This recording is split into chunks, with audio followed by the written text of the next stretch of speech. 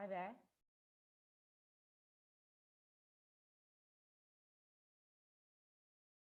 Hi there. Can anybody hear me? Hi, Aya. You can start now. Hello?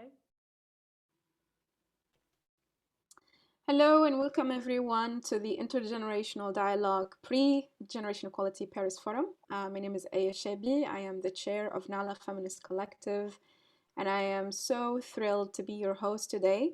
Nala is a Pan-African group of 17 feminists with a mission to foster, enable, and mobilize young women from Africa and the diaspora. To know more about these 17 bold advocates, I want to invite you to Nala official launch of the council through a press conference next week on Wednesday. And my colleagues will drop in a link here in Zoom. But if you're watching live from Facebook, you will find also information how to register and meet these 17 powerhouse women leaders.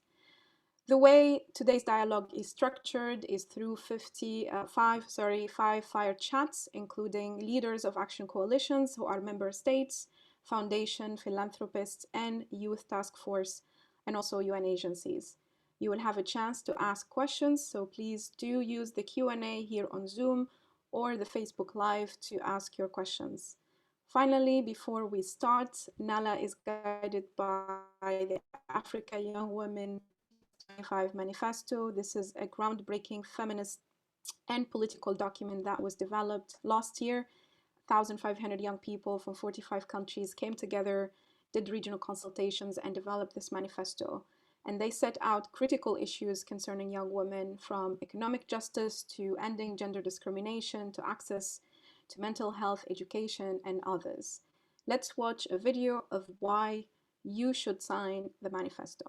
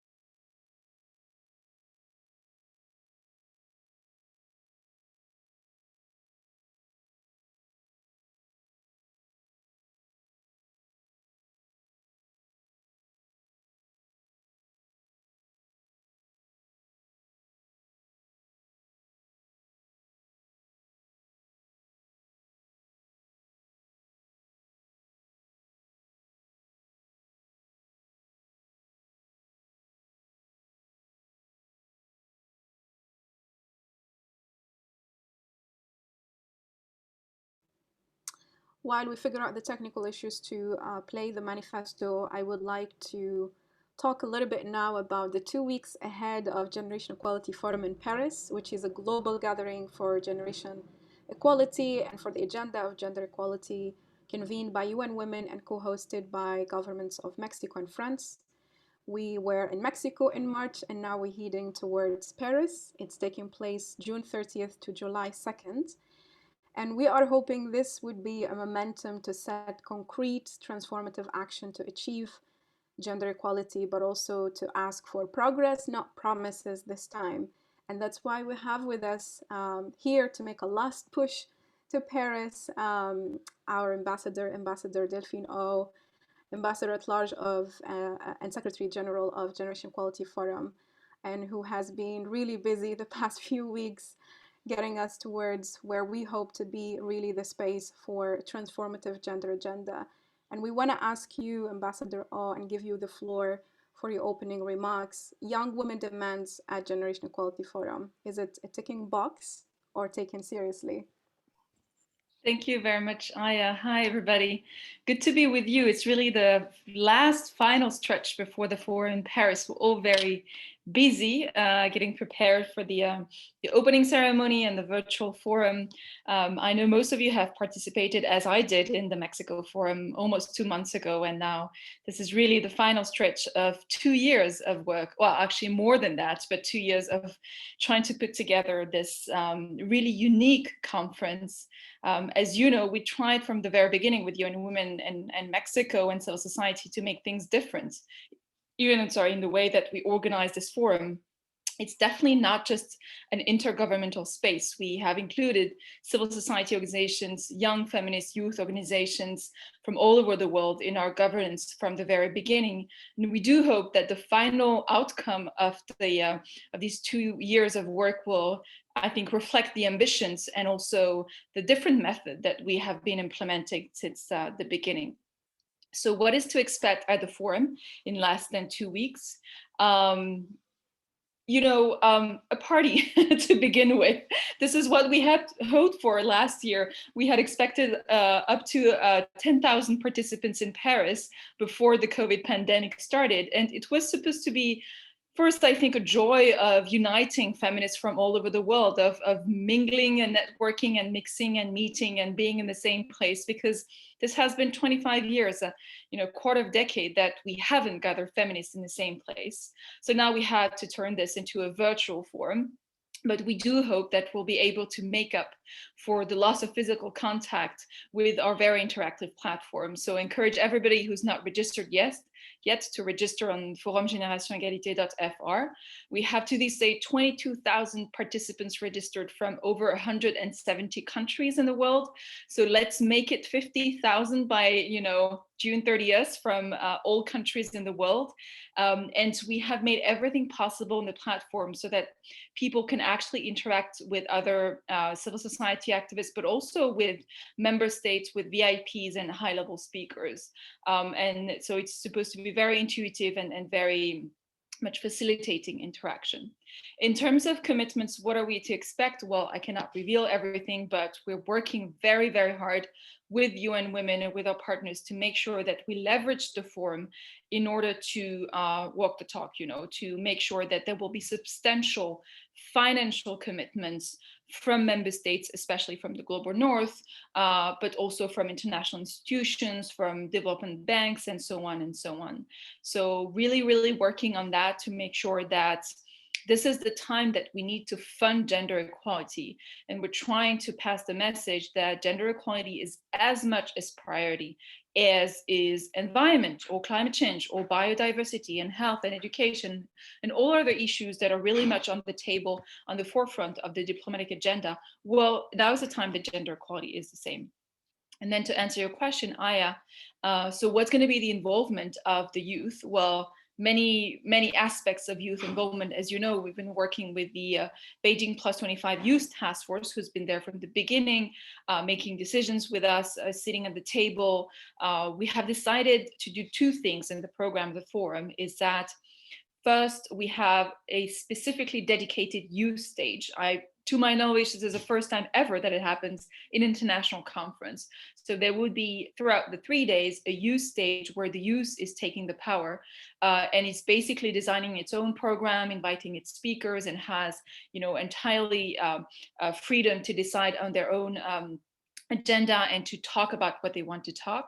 But we also want to make sure that the youth is not sort of a niche category. We want to make sure that it's mainstream through the rest of the event, so that we don't have high-level events with ministers and then the youth stage.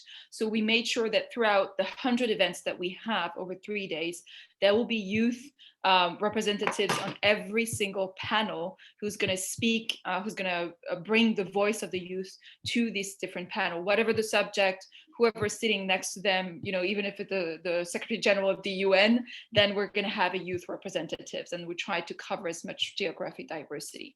And by the way, at the opening ceremony, which is going to be the only physical segment of the forum, we will have several youth representatives speaking up, being on stage next to world leaders, to the Secretary General of the UN, to President Macron, to Edie Pumzile, and to other heads of state and heads of government and high-level speakers. We'll have youth activists also really calling for action to these people and making sure that we hear their voices. And then finally, you know that across the action coalitions, we have also youth organizations and youth leaders that are involved as leaders. And we want to make sure that some of the commitments and part of the commitments and part of the funding and what's going to be announced through the action coalitions is really dedicated to the youth across the world, and will be sort of also owned by the youth as we continue the work of the forum after the forum, because it's just really the beginning, and then we have 5 years of work coming up. Thank you. That's all amazing. Thank you for the comprehensive overview of a lot of work that has been done. And I know that the Youth Task Force have been really giving ownership to also channel youth engagement. And that's why we have with us Abdel Koka from Restless Development, but also member of the Generation Equality Youth Task Force, which I think was really mandated to engage youth in formal and informal ways. So we're also proud of all of you guys. I want to really congratulate the full task force, but especially the African members for being there, for volunteering your time, your commitment. It's a lot of work, and it's been 2 years of work. So you've come a long way. So I want to give you the floor to ask Ambassador O and challenge her for the final push before 2 weeks of meeting in Paris. Yeah, thank you so much, Aya. It's a great honor to be in this platform as a representative of young people and to have the chance to ask Her Excellency Ambassador Delphine a question. And going direct to the question, my question is, Ambassador Delphine, young people are at the front line of gender equality, advocacy and activism now more than ever. And the Africa Young Women Beijing Plus 25 Manifesto and the Young Feminist Manifesto for the Generation Equality Forum are all examples of why we need more young people leadership at these spaces. So my question is, what advice would you give to older generations on supporting youth leadership in advocacy, but also what do you think is the importance of intergenerational dialogue, knowledge and power sharing in the generation equality process? Thank you so much. Good question. I'm not sure in no position to be giving advice to the older generation. I don't know how they would take it, actually. I'm still trying to find out whether I belong to the younger generation or the older one. Really depends on the days. I guess from an institutional point of view, I would belong to the older generation, but I still feel young myself. I don't know that I would give advice, to answer your question quite frankly. I think this is what we're trying. I mean, we've been doing over the last two years. And again, I mean, there are much older people representing member states and young women and different institutions in this process. And what I've seen is that it has become almost natural to mainstream youth voices in these different UN processes. And I do hope that the Generation Equality Forum will stand as an example. Once we've done this, it kind of sets the precedence that the future events organized by the UN, whatever the topic, not just gender equality, have to include youth voices and task forces such as the one that you belong to, whatever the shape and the format.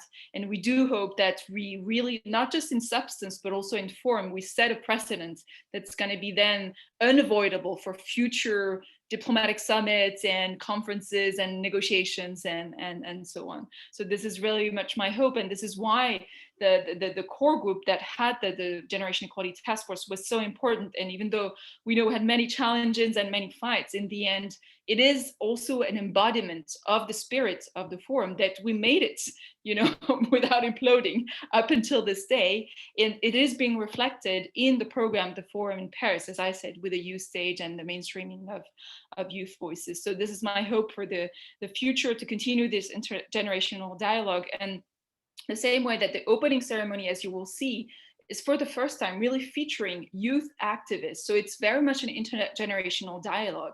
For such a high-level visible event, to have youth activists standing next to world leaders, it's also going to set a precedent that we cannot have opening of important diplomatic summits without having youth voices. I hope that answers your question. Does it? Abdel, you're satisfied? I think there is a second part of it, like what do you think is the importance of intergenerational dialogue, knowledge and power sharing in the GEF process? Do you think it's something important, and why? And what's your take to young people going to the GEF forum in Paris?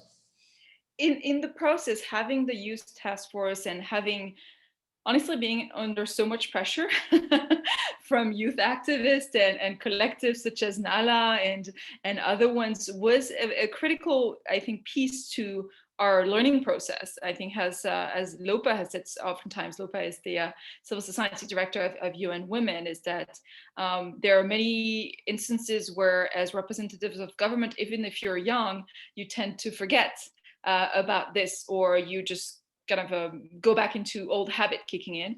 And so I think this was very important in the process and sort of keeping us in check. But it's also very important in designing what the forum is, how it looks like. We really hope that it's going to be very different from everything that you've seen or we've seen in terms of this kind of conferences, you know. So yeah, obviously very, very much important. And again, to set the precedent for the future. That's amazing. And I want to remind everyone that there is a poll asking you if you actually understand what Generation Equality Forum is and Action Coalition. And I see 51 yes, 24 no. So keep on participating in the poll. And hopefully by the end of this dialogue, you will have more knowledge of that. My last question for you, Ambassador, before we leave you, because you're super busy, and is really more about that moment of young people meeting with the leaders. We know that going into the forum itself, the documents have already been negotiated. Action Coalition have been working tirelessly for the past few months, meeting every week. So this is really the time for showcasing what the work has been done and really adopting the work. So the voice there would be more not influencing the process or the outcome, but actually influencing the accountability process. So what do you really, because I know like the opening for you is also unprecedented, to have young people meet with leaders and now really challenge them. What would be the ideal opening for you to really set the tone for accountability moving forward post-GEF, and what the implementation member state should be look like?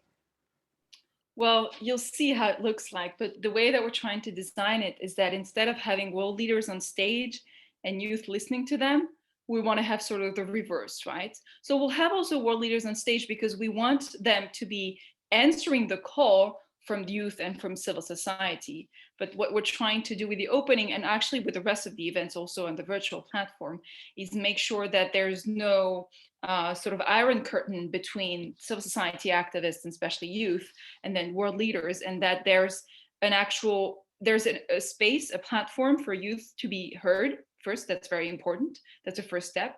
And second, to call for action. And third, to get an answer, basically. This is the process. So this is what we're trying to design.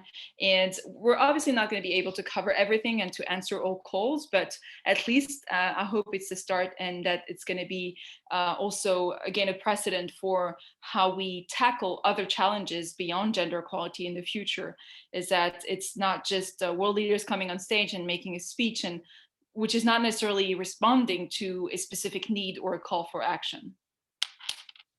That's amazing. So for everyone listening to us right now, Ambassador, what should they do to get into the virtual platform and participate?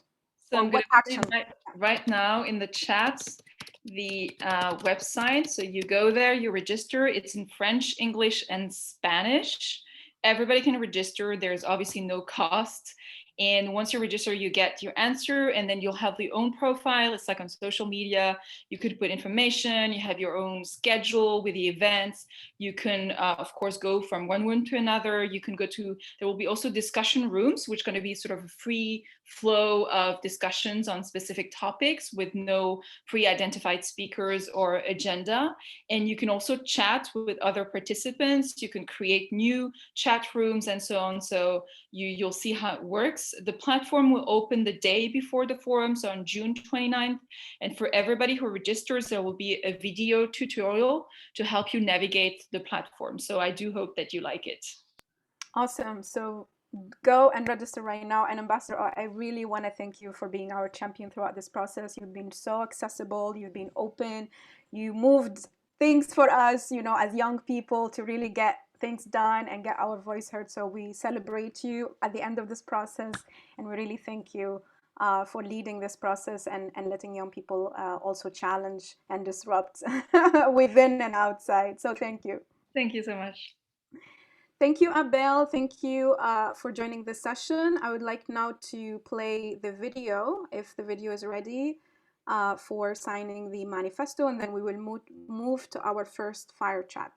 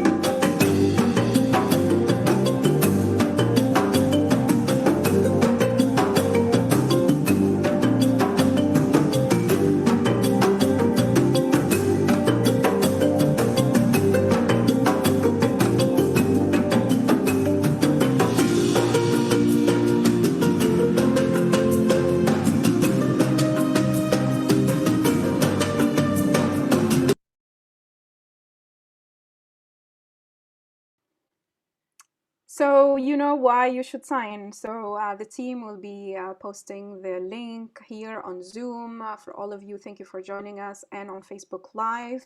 And I want to move straight to our first fire chat. From Nairobi Summit to Generation Equality Forum, many of us were in Nairobi, November 2019. Thousands of young people gathered to demand sexual reproductive health and rights. And now UNFPA is among Action Coalition leaders for bodily autonomy and sexual reproductive health and rights. And I'm glad to have Madame Nafissatou Diop, Chief Gender and Human Rights at UNFPA, to really share with us how can we take Nairobi Summit commitment and promises into the Action Coalition and into Paris Forum. And are young people voices taken seriously, Madame Diop? Thank you so much, Aya, and good morning, good afternoon, good evening to everybody around the world. And I would like to congratulate you for this fantastic initiative. We are taking it so seriously, and you have a lot of fun, Nala network within UNFPA. So I would like to convey that strong message from our Executive Director, Natalia Kanen, who couldn't join you, but really we admire you and we are counting on you. So it will be more what you can do for us, also for us, the UNFPA, and for the mandate that we are pushing, because we do believe that your strength, your energy, and your vision, your wisdom, as young people, is what we do need now to move forward with this agenda on sexual and reproductive health and rights, and push back the pushback that we are facing. And as you know, we have a huge pushback for sexual and reproductive health and rights because of sometimes some misunderstanding. So I will just start. Thank you, Aya, for reminding the Nairobi Summit 2 years ago, where you guys were so fantastic and you were on the stage. You were on the front of that summit, and you claimed your rights, your voices was heard, was on the fair front. And I even remember a few member states, of course, from my age and from my generation, getting a little bit anxious, right? And thinking that actually, your power was suppressing their power. But that was, a fantastic moment. And for us, the Generation Equality Forum presents really a strategic opportunity to demonstrate the complementarity between the Beijing agenda and the ICPD agenda, namely the broader contribution to sustainable development and the promotion of sexual and reproductive health and rights, of gender equality, and women's and girls' empowerment. The Generation Equality Forum provides, of course, that opportunity for maintaining accountability and achievement of the 1,250 commitments made during the Nairobi Summit. We have seen member states, civil society organizations, from the academia, young people and networks, making commitment in Nairobi, including financial commitment to move forward this agenda. And of course, some of these commitments, we have seen it, really realized, and we are being supported, and we are supporting government and civil society organizations, to, advance, some of these particular issues. But at the same time, we are seeing some other commitments that really stay at the age, at the stage of commitment, just on the paper. And we have even seen some member states, because of all the environment now with COVID and the pressure on the funding and all, even withdrawing some of the funding that they committed to provide to support access to contraception, to support a comprehensive sexuality education, to support the work against harmful practices, to support the work on gender transformation and gender norms and women decision making. So I think that this forum, the Generation Equality in 10 days that is starting, and the Action Coalition that are linked to it, will be an opportunity to remind people, but also put more pressure and on everybody to really move forward. Because if we don't do that, we know also the price. We have now, the costing of what it, of the inaction, right? So those elements need to come together, and led by young people voices to talk about, the cost of not doing anything, the cost of not implementing, the right evidence-based, strategy, the cost of not listening and putting the grassroots level and young people, you know, in the front of the gender, generation equality and gender equality, you know, work. So for us as UNFPA, we are co-leading the Action Coalition on Bodily Autonomy and Gender and Sexual and Reproductive Health and Rights. And we know that this is a foundational to achieving the 3 transformative results of UNFPA strategic plan and preventable maternal deaths, and the unmet need for family planning, including for young people, and gender-based violence and all harmful practices. We have a long-standing global, regional, and national partners, including, you know, strong young people who are, you know, we have a reference group since Nairobi of young people who are consulted at all level and who are part of the design of our approaches. Recently, we have developed a strategy on No One Left Behind, and the young people were there at the forefront because the young people are, and particularly the adolescent girls are those who are, you know, most of the case left behind. So all those kind of strategies, the strategy that we are developing now in the positive masculinity, etc., the strategy on, you know, strengthening health systems, all those, you know, are, you know, the young people are at the center of our approach. I would like to say that, you know, for us, it's going to be key to increase our support to women's organizations, youth-led networks, women and human rights in general, defenders, and all the networks through, you know, funding, capacity development, providing and convening, you know, platforms for building a critical pathway to achieve this vision. So we have it clear in our new strategic plan as the way forward for us as UNFPA, and we have even indicators that are looking at those particular elements, and we will be able to track over the time and over the 4 or 5 years of the Action Coalition, the investment and the support and the coalitions and the platform that we have been able to provide. So this is really just to say, Aya, that at UNFPA, this is where we are now. We fully recognize your potential, and we fully want to engage with you, but give you actually the driving seat. Thank you.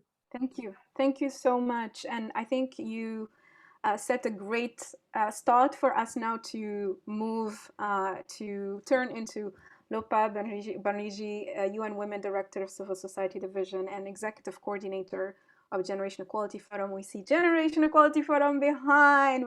We've been posting that logo in everything we do the past 2 years. We've been really mobilizing and waiting for this Paris moment, Lopa. And I know you work with the group that is the most radical, the most disruptive, and I know you enjoy working with us because we keep on saying what we need to do for young people, especially in Africa.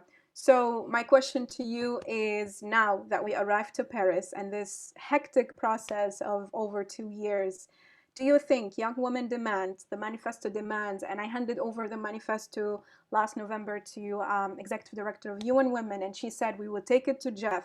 Do you think it's a ticking a box or it's actually taken seriously? Thank you so much, Aya, and thank you to Nalafem, and greetings to all of you fabulous activistas that are on this call. It is always a great joy for me to see you, Nafis. Thank you for your leadership, participation, for UNFPA standing shoulder to shoulder, and the enormous leadership that UNFPA has taken in the Generation Equality Forum. We really look forward to your, to Natalia being in Paris, and also the leadership of UNFPA in the SRHR and Bodily Autonomy Action Coalition, but even beyond. It's been fabulous. I mean, I think that this sisterhood that exists at the UN with Natalia and Pumzile and Winnie and and Henrietta, this is all of this and some of the others has really helped to move this agenda forward within the UN. But going back to you, Aya, first of all, thank you. Thank you for your radicalism. Thank you for your activism. Thank you for being so bold, because without this, we would not be where we are.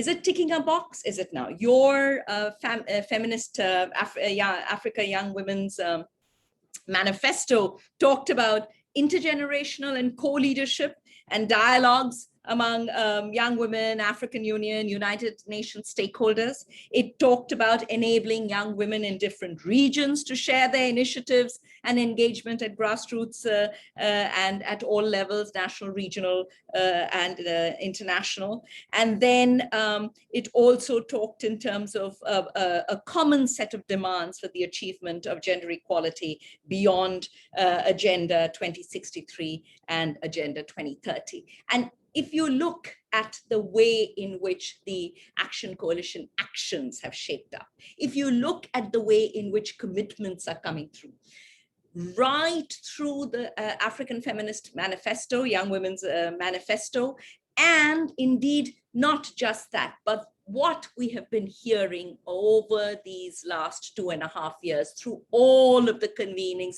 that have happened here, but also through everything that we heard in ICPD and everything that was laid forward as the outcome from ICPD when we had that session from ICPD to Beijing 25, and the focus that that session laid on intersectionality, on youth leadership, on a focus on comprehensive sexuality education, on this focus on services, on the focus on decision-making on SRHR issues among young people, on strengthening women's and girls' organizations, all of the points that Nafis made just a little while ago. This is in the DNA of the Generation Equality Forum. If you look at, what is it that we are going to Paris with and what is going to be announced in Paris? If we look at the slate of commitments that are coming through, if we look at the way in which the Action Coalition, not just on SRHR, but if you look at the cross-cutting threads, the Action Coalition on GBV, the Action Coalition on feminist movements and leadership, the Action Coalition on bodily autonomy, the Action Coalition on climate justice. Across all of these, this focus on young women's leadership and support to women's rights and to support to organizations at the grassroots level is predominant. This is actually one of the crucial aspects going forward. One of the one of the first commitments that was announced in Mexico as part of the catalytic commitments was the support, was building a global alliance of feminist movements, and therefore the support to feminist movements at all levels repeatedly. I also want to say something that is really important. This journey that we have traveled with your leadership and with the leadership of all of these young people have taught us two things. One, the manner in which we need to rethink about the way we work when we talk about co-leadership, because co-leadership has introduced feminist principles in terms of also structures and management and so on. So this is one, and it's the co-leadership that has pushed the agenda to be as ambitious as it is. Some of you have heard me say this, Nafis knows this. For years, we have tried to put comprehensive sexuality education in the intergovernmental space, in CSW, in CPD, over and over and over again, and have not succeeded. And yet it is the first action in the Action Coalition. So, this is a result of that co-leadership and the pushing. So I think that this is not about ticking boxes. This is about the way the forum has been transformed with your leadership and with the leadership of young people. The second thing that we have learned, and this is really important as well, is, that youth is not homogenous, that there is youth leadership and there is young girl leadership, adolescent leadership. And this is different. There has to be a different focus, nuance, attention, and intentionality about this as we go forward. This is also learning for us. And therefore, what does that mean as we go forward when we are now in the process of setting up accountability measures, accountability for all of the commitments that have been made, this attention on recognizing these differences and giving the space and ensuring that it moves forward from this is also going to be absolutely central. And indeed, in the link from this into UN Women's strategic plan as well, as we go forward, we are on the verge of developing our next strategic plan for the next 4 years. And of course, the Generation Equality Forum and the learning and will inform this as we go forward. So this is also crucial for the action coalitions, for the work of the accountability going forward. As you know, the accountability of what, Paris is not an end. The Generation Equality Forum is not one event. The Generation Equality Forum has been a journey. It's a learning process. It's a process of re-looking at structures. And it will continue after Paris for the next 5 years. It's an implementation agenda for the next 5 years, continuing to centralize the movement building, the co-leadership, and with the goal of also influencing and transforming the multilateral system. So, without you and this leadership that is there on this call and beyond, we would not be where we are. So thank you. Looking forward to your ongoing leadership and radicalism and helping to build back equal and bolder. Looking forward to it in Paris and beyond. Thank you. Thank you so much, Lupa, and we are lucky to have you engaging the civil society so that we keep on pushing and you keep on being open and receiving our radical voices. I want to, without further ado, because I know you both are busy and especially that the forum is approaching, we have Iris with us, who is advisor to the Office of the Democratic Republic of Congo. She's also a hustler, African Youth Charter hustler at the African Union, and she has a question for both of you. So I want to give the floor to Iris. You are muted, Iris. Okay. Hello, Aya. Hello, Ma'am Nafissatou. Hello, Ma'am Lopa. Thank you for the time. Thank you for speaking just right now. My name is Iris. I am from the Democratic Republic of Congo. I am a gender equality activist. And then I'm also the African Union hustler for the Democratic Republic of Congo. I've got a few questions to ask you. We are heading toward the summit in Paris, the Generation Equality Forum, that is co-convened by Mexico, France, and UN Women.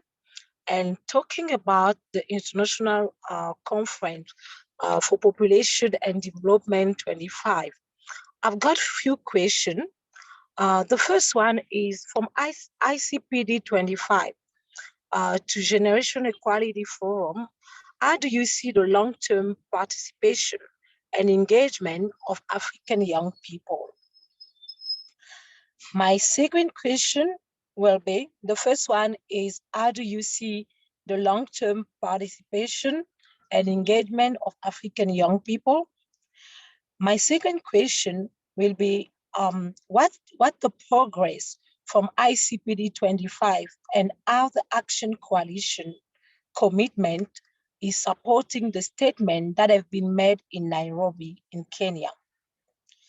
I will just repeat what the progress from ICPD 25 and how the Action Coalition commitment is supporting the statement that have been made in Nairobi in Kenya. And my third and last question will be, are African young women be supported to ensure the ICPD 25 and the commitment of the Generation Equality Forum can be implemented? So us as young African women will be supported to ensure that the ICPD 25 and this commitment for the Generation Equality Forum can be implemented.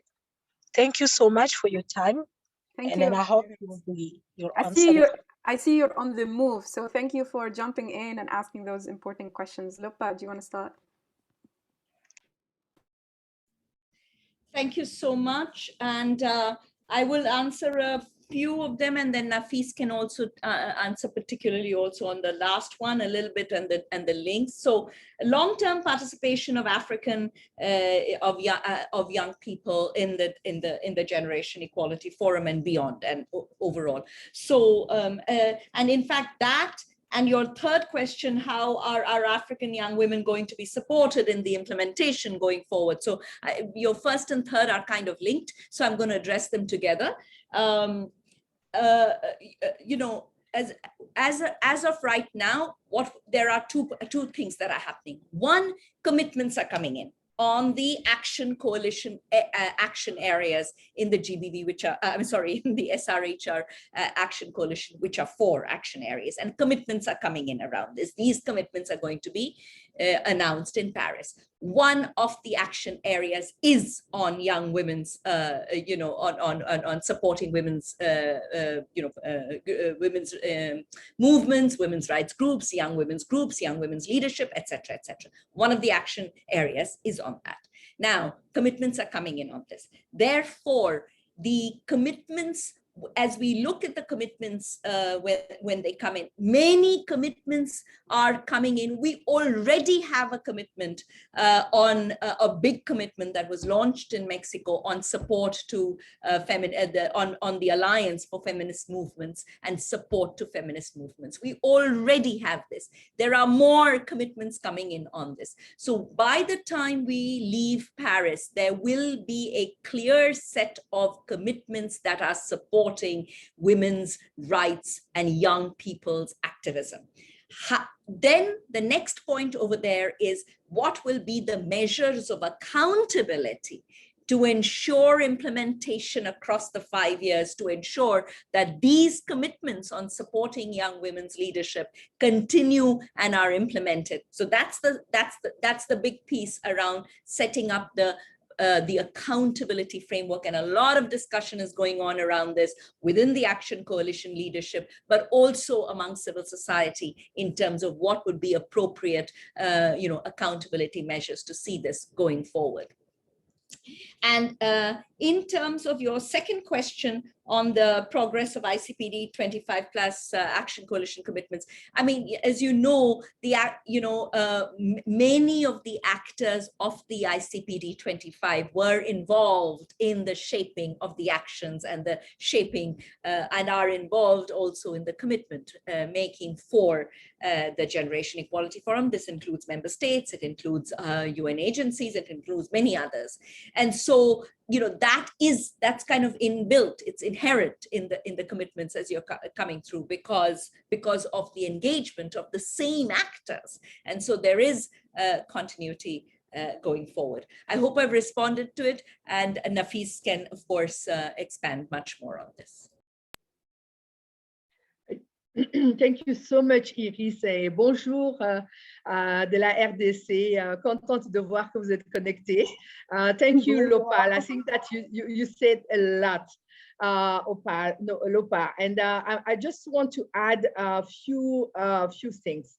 One is actually regarding the progress made, of course, since the Nairobi, you know, and this commitment made in Kenya.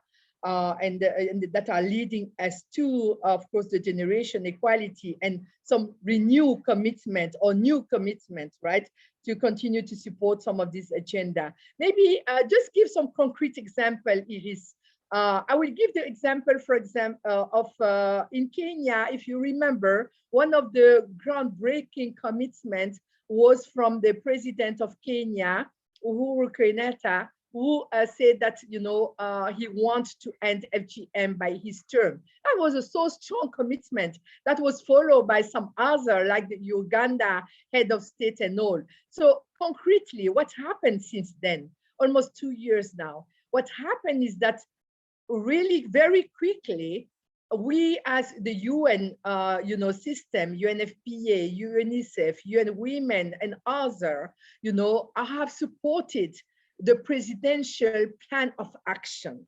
So that was really you know, a targeted plan of action to accelerate, you know, that vision, and to fund it, funding. And funding have increased by 4 times, you know, when, you know, we were funding Kenya on an amount of 1 million per year. Those funding have increased to more than 4 million per year. That is concrete, actually, you know, implementation of a commitment made in Nairobi. In terms of the results, I think that the results are striking, because of course, when you had that political will at that level, you know, putting and creating those platforms with the mobilization of young people, you know, in Kenya, grassroots level, but the mobilization, of course, of elders, of councils of elders, of religious leaders, etc., of you know, the administration at county level, which is the lower, you know, administrative, you know, level of implementation of the government of Kenya. This is what happened, and we are seeing tremendous change, tremendous results, you know, and so I just want to give that particular example. Progress from Nairobi has been also in terms of the comprehensive sexuality education.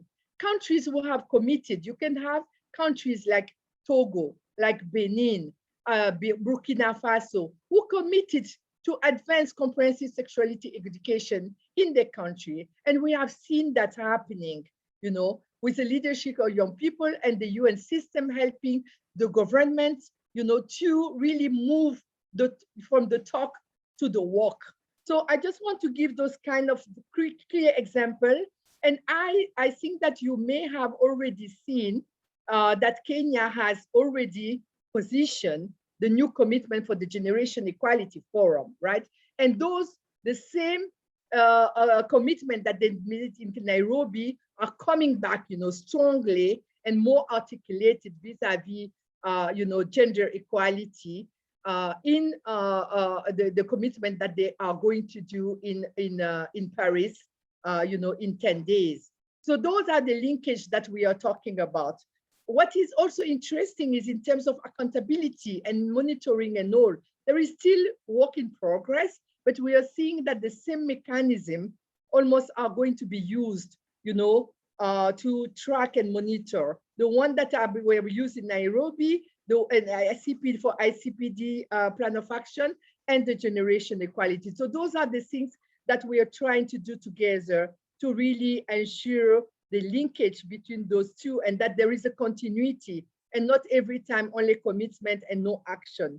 The last thing I want to talk about the African women and the support that we are providing and we want to provide. I think that I already articulated that for us and for most of the UN agency and for UNFPA, we have clear indicators now in our strategic plan, which are looking at and tracking the amount of funding that we are going to provide to CSO, women's and youth-led organization.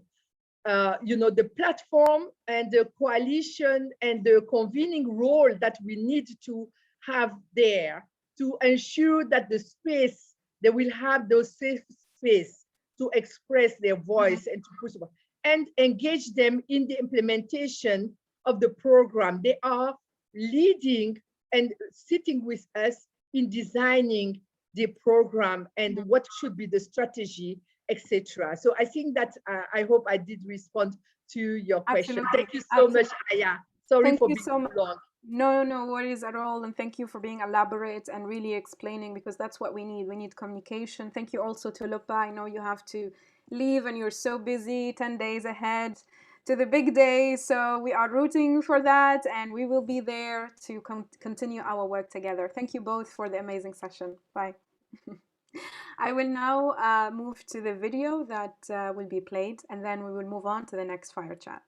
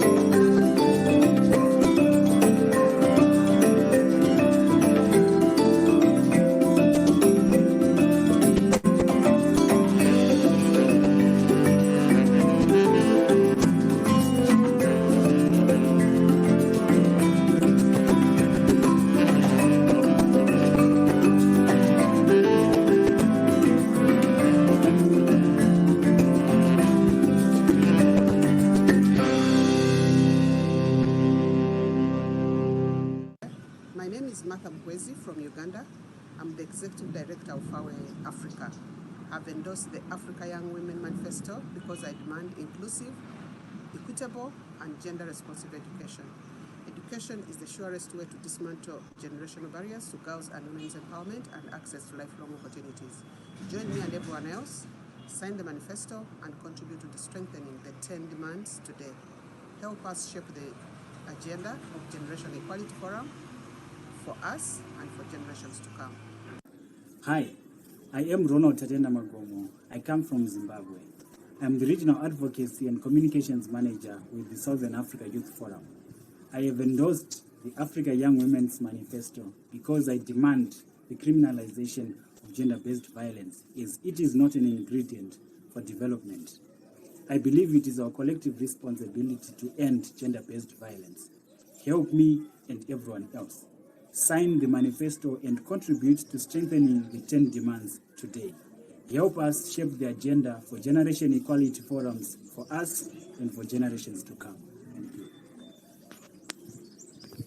Hi, I'm Ganari Asinjeng, and I'm a legal practitioner from the Gambia.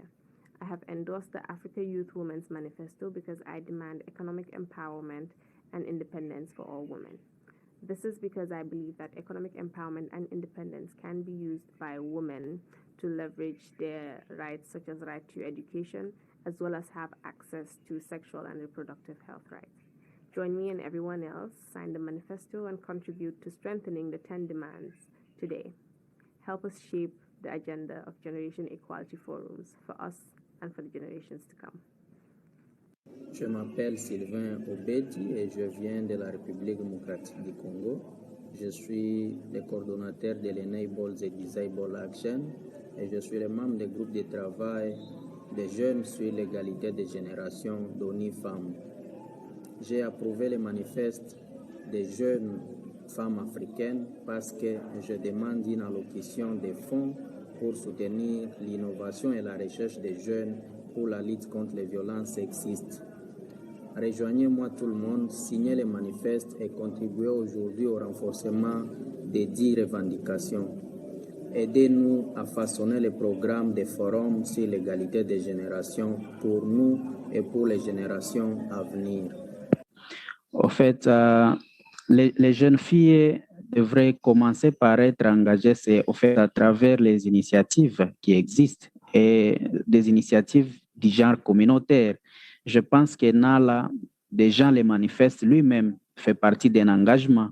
Les jeunes filles qui voudraient être engagées peuvent prendre dans ces 10 recommandations, laquelle de ces 10 recommandations, elle, avec ses collègues, son organisation ou sa communauté, laquelle de ces 10 recommandations qu'elle pourrait porter elle porterait et faire entendre et faire en sorte que de ces recommandations-là proviennent des solutions par rapport à ces problèmes.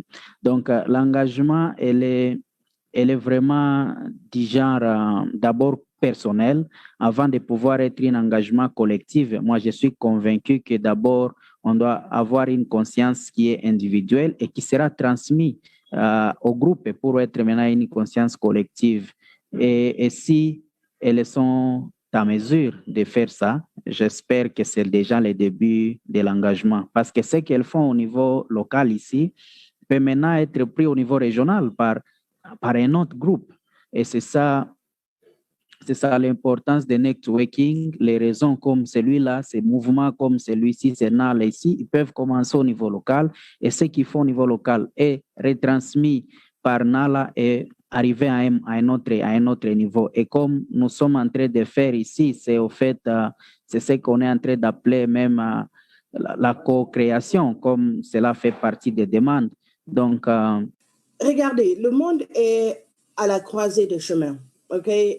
Nous devons négocier un nouveau chemin à suivre et des nouvelles voies à suivre pour nous assurer que les jeunes femmes africaines qui vivent en Afrique et qui vivent dans le diaspora vont avoir de bonnes vies. Okay? Ce document n'a pas été créé dans le vide, comme vous avez dit.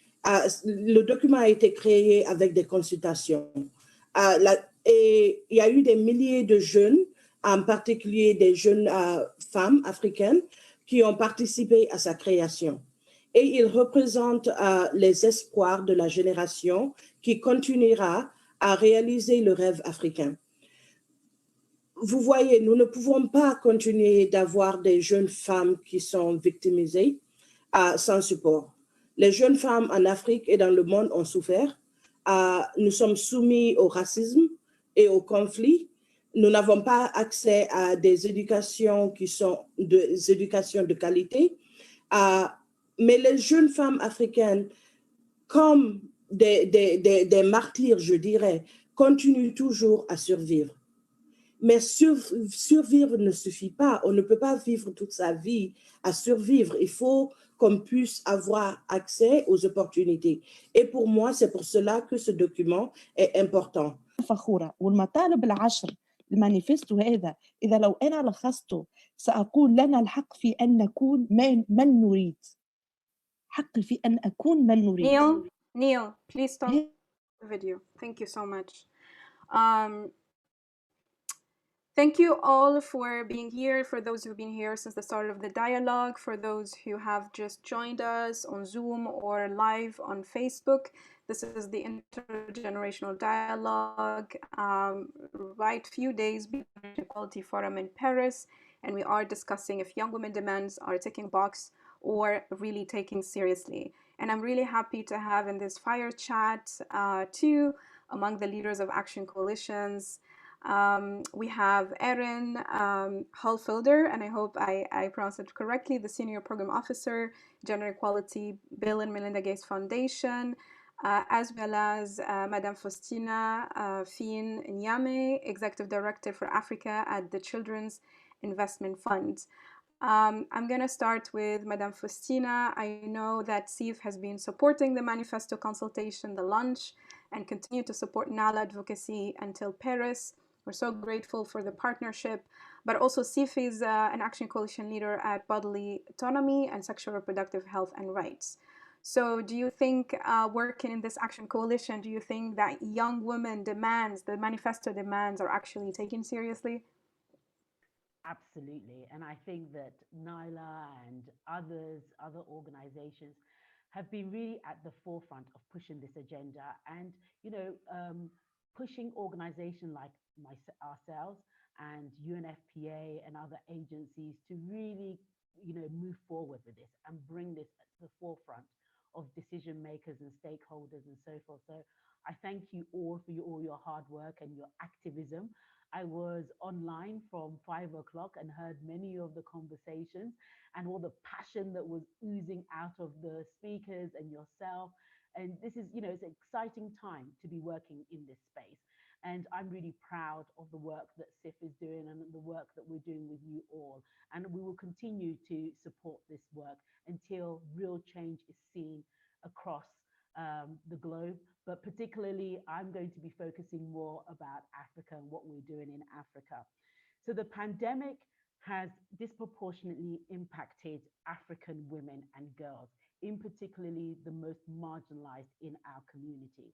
Women and girls represent half of Africa's population, putting them at the heart of COVID recovery, and prioritizing their leadership is not just important, it is essential. There will be no sustainable recovery otherwise. Investing in girls and women and tackling the discrimination they face represents one of the greatest opportunities for sustainable, inclusive development.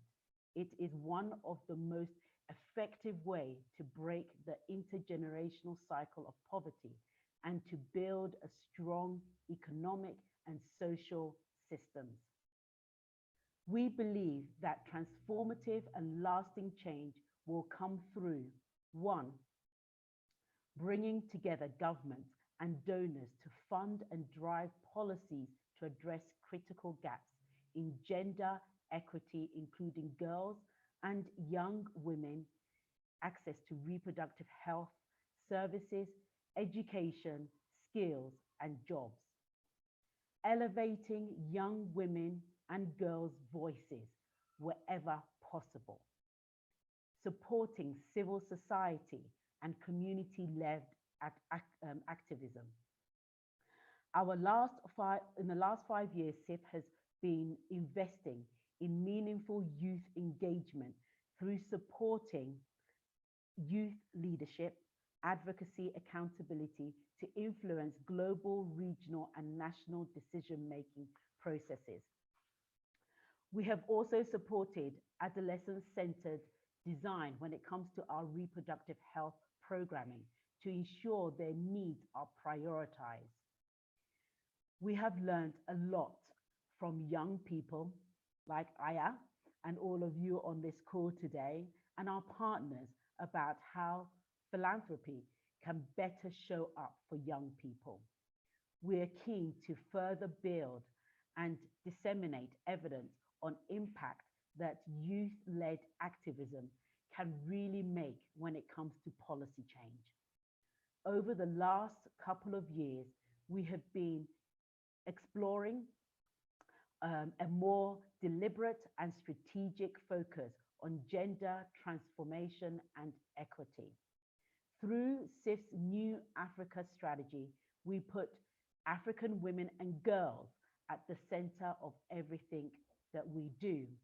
Our Girl Capital work explores the most impactful pathway for girls to stay in school, learn essential life skills, vocational skills, and enter into the job market. It also looks at how tackling harmful gender norms that stand in the way of girls' agency, empowerment, and leadership. Our work on resilience community integrates child health with climate.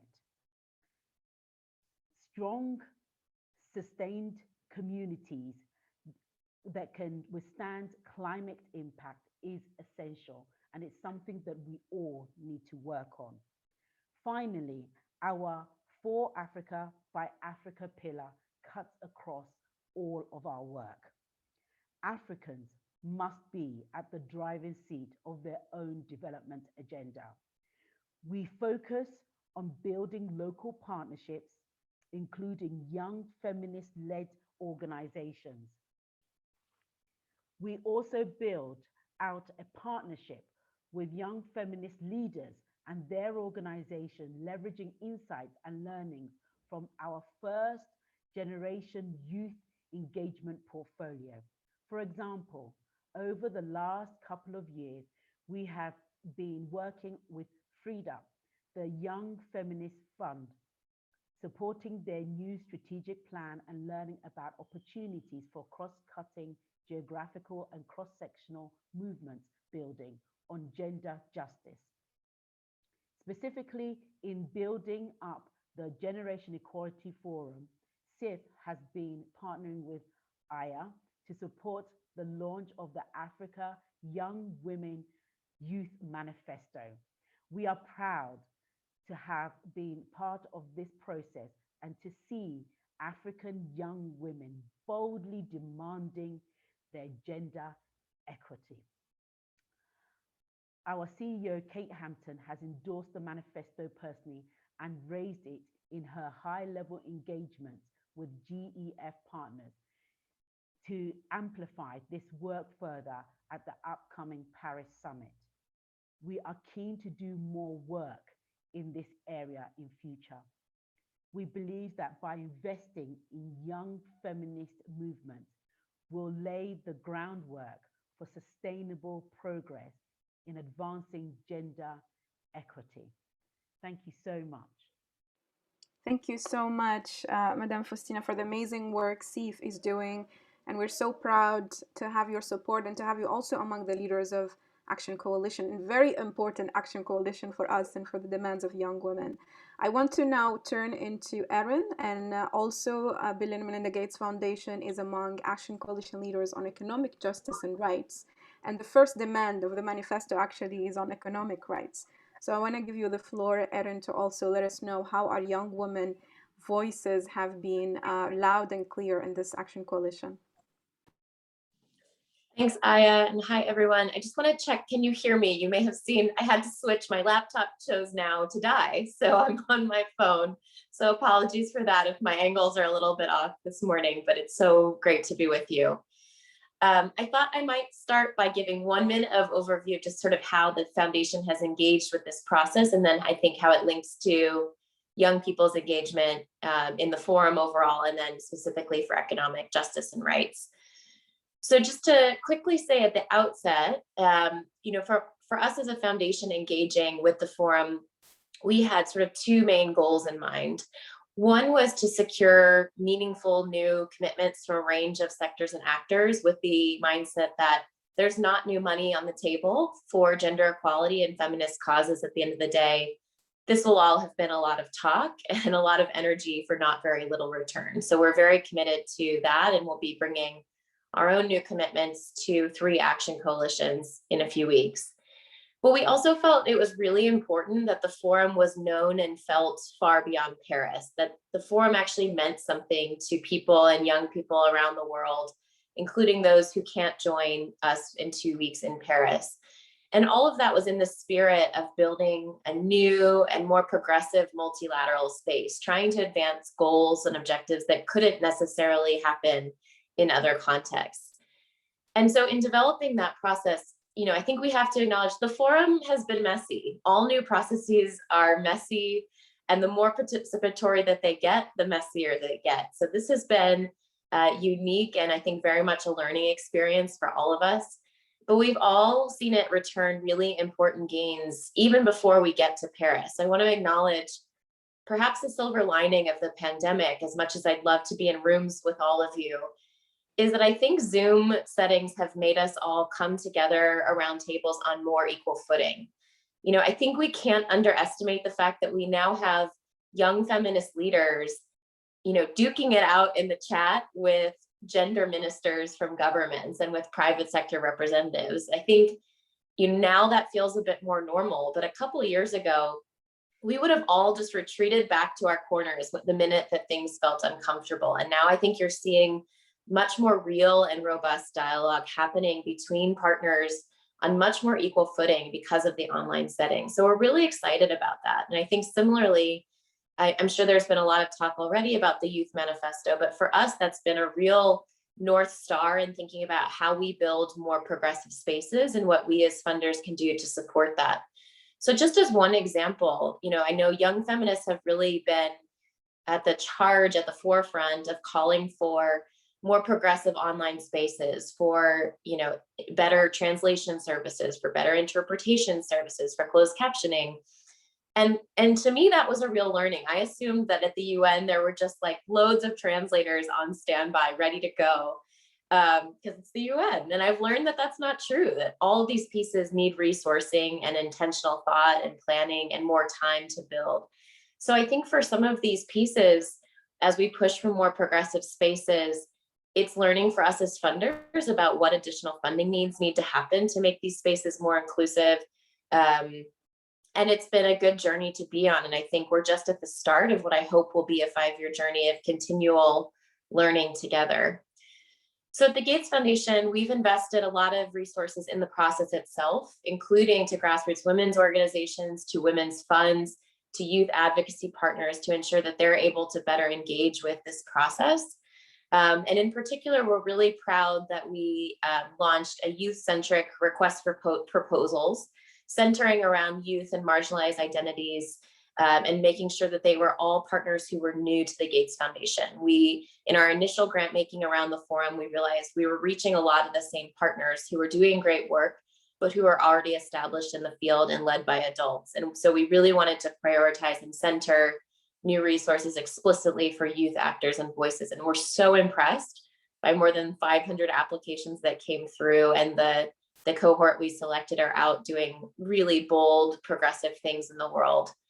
And I think all of that matters to circle back to our action coalition on economic justice and rights, because in my mind, of course, all 6 action coalitions are important, but in the middle of a pandemic, and as we think about recovering from this pandemic and emerging in a more equitable way, some of the priorities of the Economic Justice and Rights Action Coalition are going to be fundamental for the economic rights of young people as they emerge from this pandemic and explore sort of a new world that's left in the wake.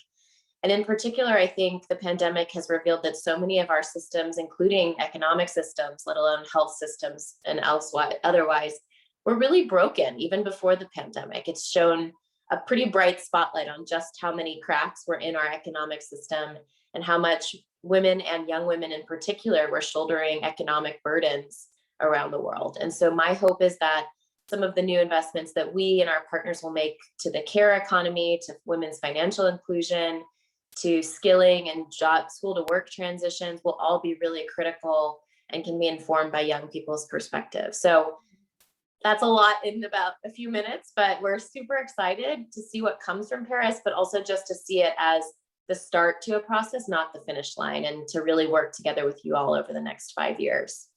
Absolutely. And, you know, in the previous fire chat, we had UN women agencies, and young people have different expectation from intergovernmental space. But when they see foundation and the philanthropy space, they have a different expectation of how they want to influence the process. And that's why I'm really happy to have Cindy and Peter with us today, who want to ask you, as among the Action Coalition leaders who are foundations, with your voice and influence, what they expect from you. So I want to give the floor first to Cindy while Peter gets ready. Awesome. Hi, Aya. Good afternoon. Good morning, everyone. Hi, Erin. Pleasure to meet you, and wonderful to hear what the Gates Foundation is doing in the area of supporting young people, young women around GEF. My question is, what is the role of philanthropies in supporting youth engagement and participation in generation equality forums and the action coalitions? Thank you. I'll take Peter's question to Faustina as well, and then we'll get back to you. Peter, you ready?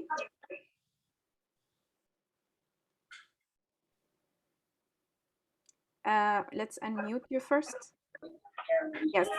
Oh, hi, Aya. I hope you can hear me clearly. Yes.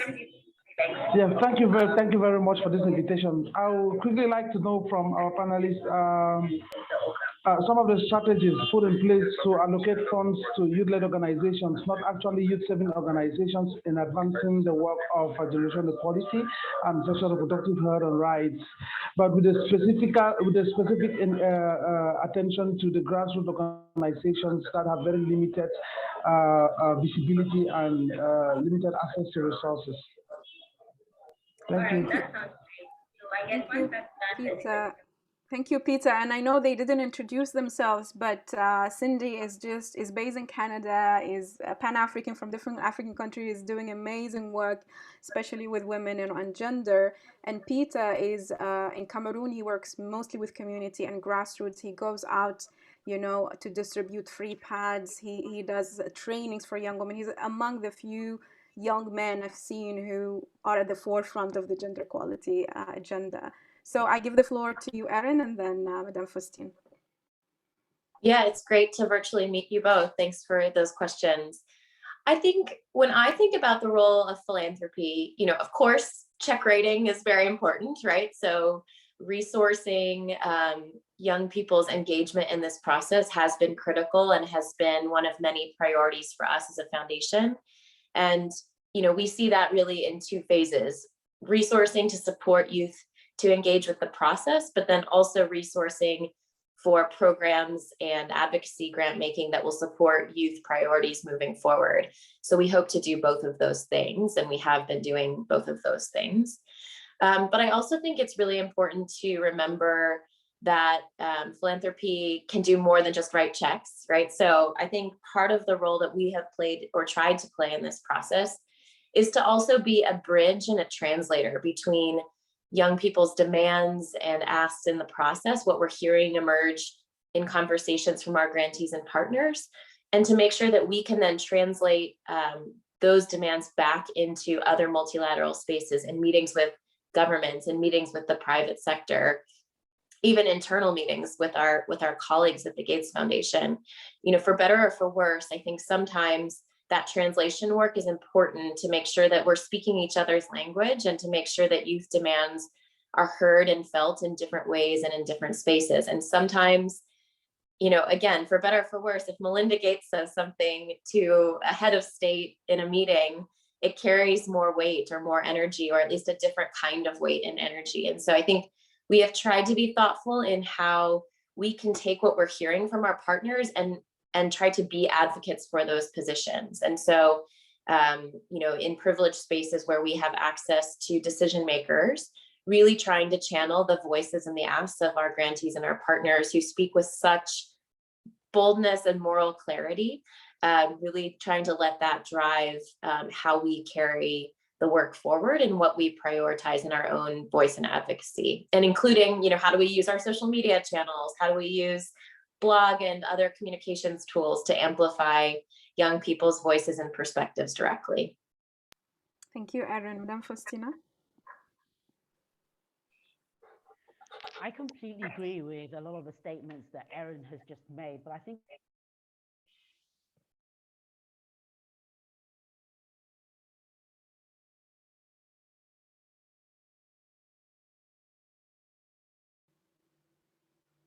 think we lost the audio. I think it's really important that, you know, as between the government. Okay, I'll say that I really agree with what Erin just said, that it's really important as private philanthropy for us to step in and bridge that gap, whether it's between our activist youth-led organizations and governments, whether it's with other partners, and whether it's even with the GFF, which the GEF, which is what we have done during this process. Create that enabling environment so that, and have the resources, and for the youth to have the resources to really meaningfully take part in these conversations and drive their own agenda. Thank you so much. Thank you both for being on this session. And my message to you from young people is really to provide those grants and continue, because you are already doing it, the grants that support small groups, collectives, coalitions, non-registered organizations through re-granting in creative ways, because those are the young people, the young activists at the forefront who are doing amazing work in the community, and with big impact and very little resources, they can do magic. Thank you both for continuing to lead an action coalition and continuing to amplify our work and our voices. We do appreciate it. Thank you. Thank you, Aya. All right, now we will move on to our next fire chat with our own council member, Yasmin. So Yasmin will have you on, and then we can start our conversation. Hello. I hope that you can see me. Yes. Yes. Hello. Hi. Hi, how are you? Thank you. How about you? I'm great, and thanks for being in the event since the start. Of course, very, very happy to join today. And I think it is a very important moment to gather together ahead of the Gender Equality Forum. So very happy to be here. Amazing. We're glad to have you, and also we're glad to have you join Nala Feminist Collective as council member. And maybe to start with, maybe you can tell us a bit about yourself. I know you're the founder of We Belong and doing amazing other things that we will talk about, but maybe in 3 words, who is Yasmin? In 3 words, I would say Yasmin is a feminist, an intersectional feminist, and an advocate. So these are 3 words. But then in more words, I would say maybe I'm the founder of We Belong, which is a platform and podcast that gives a voice to the new daughters of Europe, which are immigrant descents. And so my focus, also being part of Nala, I have the extreme privilege of being part of a group of women advocating not only for gender equality in Africa, but also with the diaspora. And I feel more legitimate to speak about this because that's where I spent most of my life, out of Africa. But then I recognize also the importance of speaking in terms of intercontinental dialogue. And this is why a few years ago I joined as an expert on peace and security, the African Union and the European Union, to co-create projects with a budget of 10 million euros that are now in the implementation phase. So yeah, this is a couple of roles that I cover, just to give everybody an idea.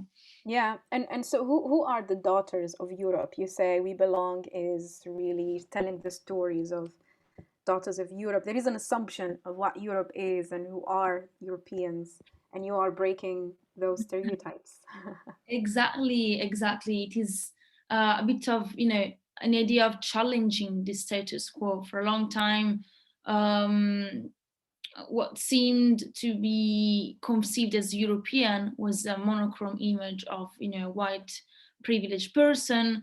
And then when I was awarded the Young European of the Year in 2019, I was the target of hate speech by hundreds of people, and among them the French far-right leader. And for me, it was important to bring a response. So We Belong started with that idea of, okay, there is polarizing views all across the world. We've seen these really internationally. We've seen these with populist groups taking up spaces and trying to divide us. And so us as the new generation, we need to make sure that we promote more engaging views, more uniting views. And this is why intergenerational dialogues are crucial. I was born in a country, Italy, where the majority of population is old, whereas in Africa, the majority of population is actually young people. So how do we make sure that when we have these international dialogues, we have an equal and fair representation? When I've seen the efforts that have been made to bring together both young people and the leaders of the world, which I would love to see them be more young in the future, but when I have seen this process being led, I felt confident, and I still feel confident that there is an opportunity here to transfer this, intergenerational mechanism also to the national and local levels. That's my priority.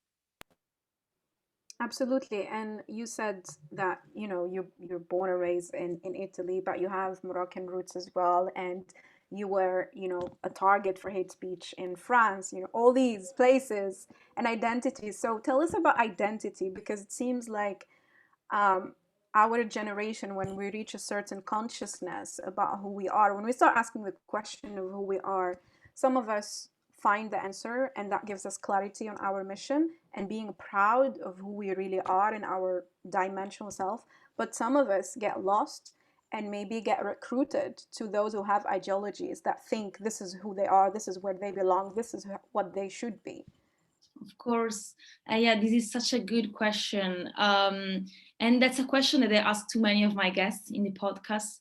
What's your identity? Where do you feel that you belong? Or how do you identify yourself? And for many of us, it has been a struggle. So I remember maybe when I was 17, 18, I wanted to go back in Morocco and live there to see if I would see myself living and serving the country of my father's roots. And I tried to do that. And then I quickly realized, having never lived there, it was very difficult for me to identify with certain sides of the society. But then when it comes to finding an harmony between who you are and where you are from and where you want to go, it is such an essential question. And as you say, it can be exploited by extremist groups to recruit these vulnerable young people that might have an identity crisis. And this is why it is important, as we belong, to do this work of inclusion, to make sure that we tackle the problem before it comes, or that we create new role models for people to be like, okay, they went through the same questioning as me and they found a kind of response, or maybe they didn't, but then I can do also the same. So for us, it is important that we belong to make sure that we offer a safe space for people to share their stories, but also to share their concerns, which are many. And I will be very transparent here in saying that still in Italy, because we've seen a lot of waves of migration coming from sub-Saharan Africa and lots of people actually losing life in the Mediterranean, there is a lot of hate crimes in Italy going on as I speak. A few weeks ago, we had a young man who made suicide. He was he was from Ethiopia, 20 years old. He made suicide because he felt the pressure of living in a society where he is not seen as equal. So for us, it is important to have these conversations. And when we talk about generation equality, when we talk about including young women, we also want to make sure that young women with immigrant backgrounds or with African roots are also included in the conversation. Today, in the institutions where I go, I'm often the only immigrant descent. And I want this to change because we are a reality also of Europe. Exactly. And your work in trying to solve this problem is doing the intersection between business or entrepreneurship and social change. So how do you do that? Because I realize that many of the questions that especially people of African descent in Europe struggle with is economic empowerment, and because many actually migrate, some of the reasons that people migrate for, but also even if you migrate for other reasons, being vulnerable economically can also lead to stigmatization, to marginalization, to other things. So how do you solve this issue with the work you do in both entrepreneurship, innovation, and social change? Absolutely.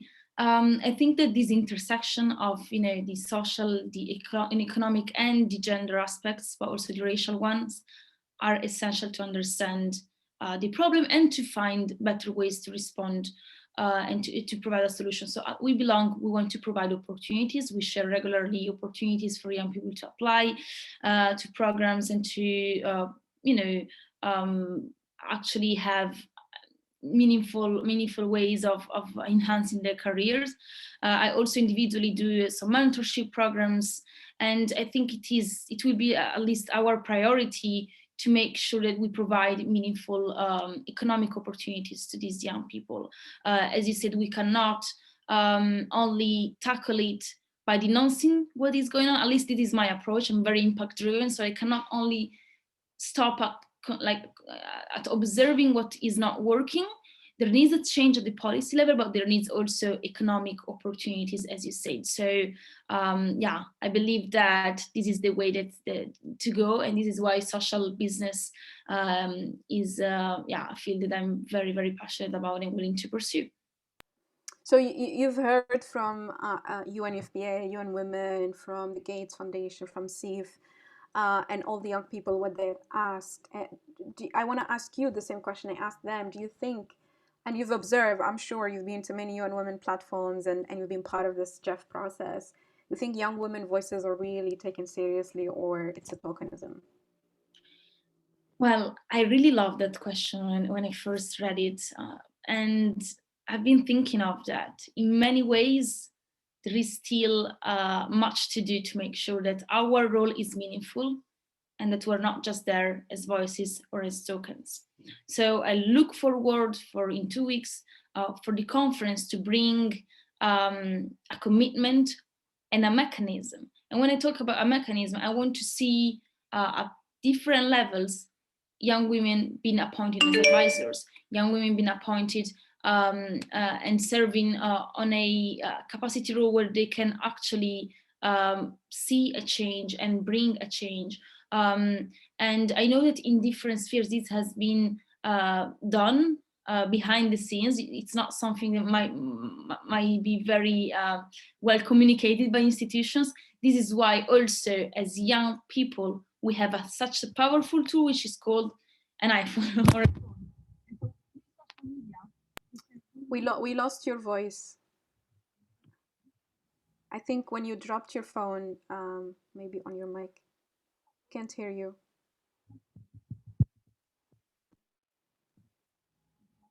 No, we lost your voice. I think when you dropped your phone.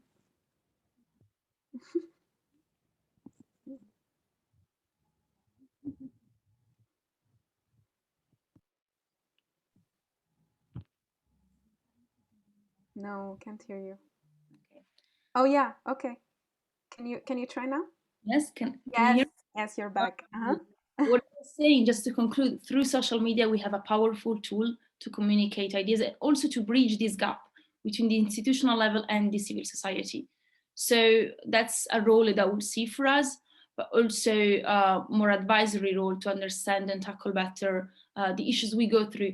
One of the speakers, Erin, she was talking about the importance and the impact of COVID-19, which, you know, tremendously impacts women. More women than men are losing job. And so the next generation that will go to the job market, they will have more difficulty in finding permanent roles. So when we think about all these, we need to make sure that we have the financial support and that we have enough, I would say, positive discrimination programs, both at the private and public sectors, to make sure that women are actually equally appointed as men. You know, a lot of people would usually ask when we have like young people in the diaspora, what is the role of the diaspora to support Africa and so on. I want to ask it differently, actually. What could Africans, young people in Africa do to support the causes of the diaspora? Because as you said, we are the youngest population in Africa. It's getting younger and younger, but it's aging in Europe. You have different challenges. You are faced with different form of marginalization. So what are the real issues in Europe, and how do you think young people in Africa can support? I would say, you know, especially when it comes to supporting each other, I have learned so much from my colleagues back in the continent, especially from how resilient and how creative they are in tackling certain issues. And I would love to see maybe these, you know, co-creation processes being fostered, and also more of, you know, more visibility of African realities in Europe. Because, and I'm telling this because I will just give you an example of a former migrant who became an entrepreneur. He's Ghanaian, Omar Usman. He's in Spain. He is challenging the misconceptions on migration through his work, and actually showing how Ghana is through participating in media representation and work. So I think it would be important to have this co-creation also at the media level to change the narratives of what it means to be an African. Africa is not anymore the Africa that, you know, was left by the former colonies 50, 60 years ago. So we need to acknowledge this. And there is much ignorance that needs to be, you know, deconstructed in order to understand that, of course, there is challenges, there is also much potential, and we have a lot to learn from the continent too, here in Europe. Absolutely. Thank you for answering all these questions. I want to invite everyone watching us to type in their question in the Q&A or use the chat box. I'm going to bring a few questions from you in. I want to go to the feminist leadership. aspect, because you are advocating for gender equality. You are a young female yourself in different spaces, pushing boundaries. What do you think feminist leader is like, whether women or men? What should they have as values or actions or as beliefs? Mm-hmm. For me, as I see feminist leadership, it should be inclusive, and inclusive of whoever feels that they, for me, it is a struggle for freedom. And freedom is not, I don't have a definition of freedom to just only comply to what I see as freedom. I try to be open on what freedom should be, and so, or could be. And so for me, understanding this, it's just the first process of having an inclusive leadership and feminist leadership. I also don't believe that we should bring enough women just for the sake of hitting a number and being like, okay, we're 50-50. We need to make sure that if we have a cabinet, there is meaningful roles that are given to women. And, you know, if there is a program that is fostered for women, let's make sure that we first hear from these women, and that then we build a response that is actually speaking to their concerns and their expectations. So I would say having as much diversity in the table as possible when we write policies, and also then making sure that we have an intergenerational also diversity. So really understanding that there is different perspectives out there. Mm-hmm. I have a question coming here from Sutfa, who is asking you, how would you describe the connection between migration and women's rights, and how the manifesto speaks to young women from diaspora and African descent? Mm-hmm. Oh, that's a very good question.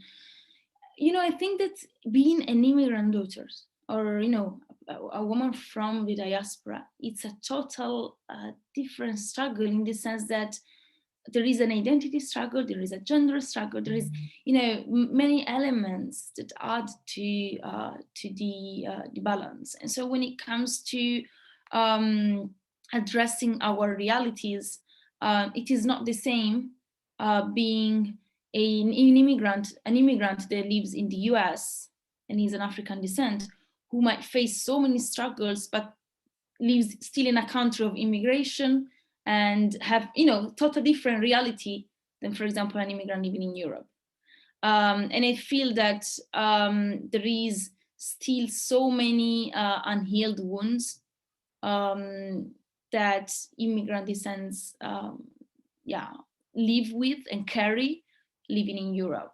And so the moment that we will realize this, we will also understand that there is a need to bring these conversations, but also to bring a meaningful participation of immigrant descents. Today, when I switch on the TV in different countries where I happen to go, I see I barely see immigrant descents, or I barely see African descents. And so yeah, I think starting from spaces of visibility and influence, meaning media, policy, but also, as I say, entrepreneurship, it's a very first, just the first step to then ensuring that other will follow.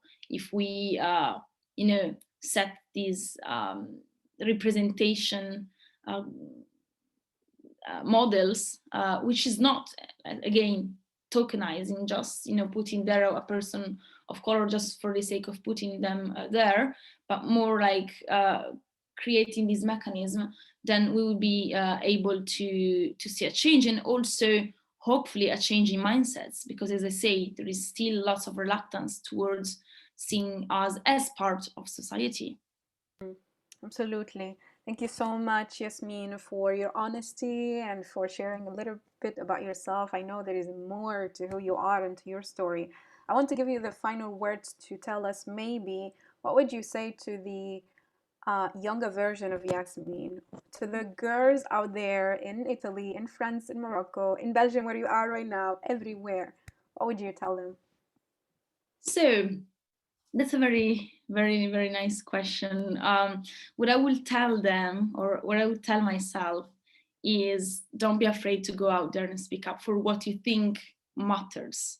And I know that that's what has always driven me since the age of 16 when I started advocating, but I always felt somehow, you know, challenged on my, even just on my presence in a space where I was the youngest or the only woman or the only, you know, whatever, you know, box you want to put me in.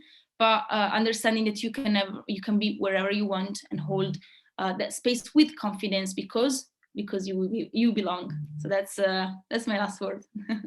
Don't be afraid, get out there, you belong. I love it. Thank you, Yasmin. Bye-bye. Thank you for having me. Thank you.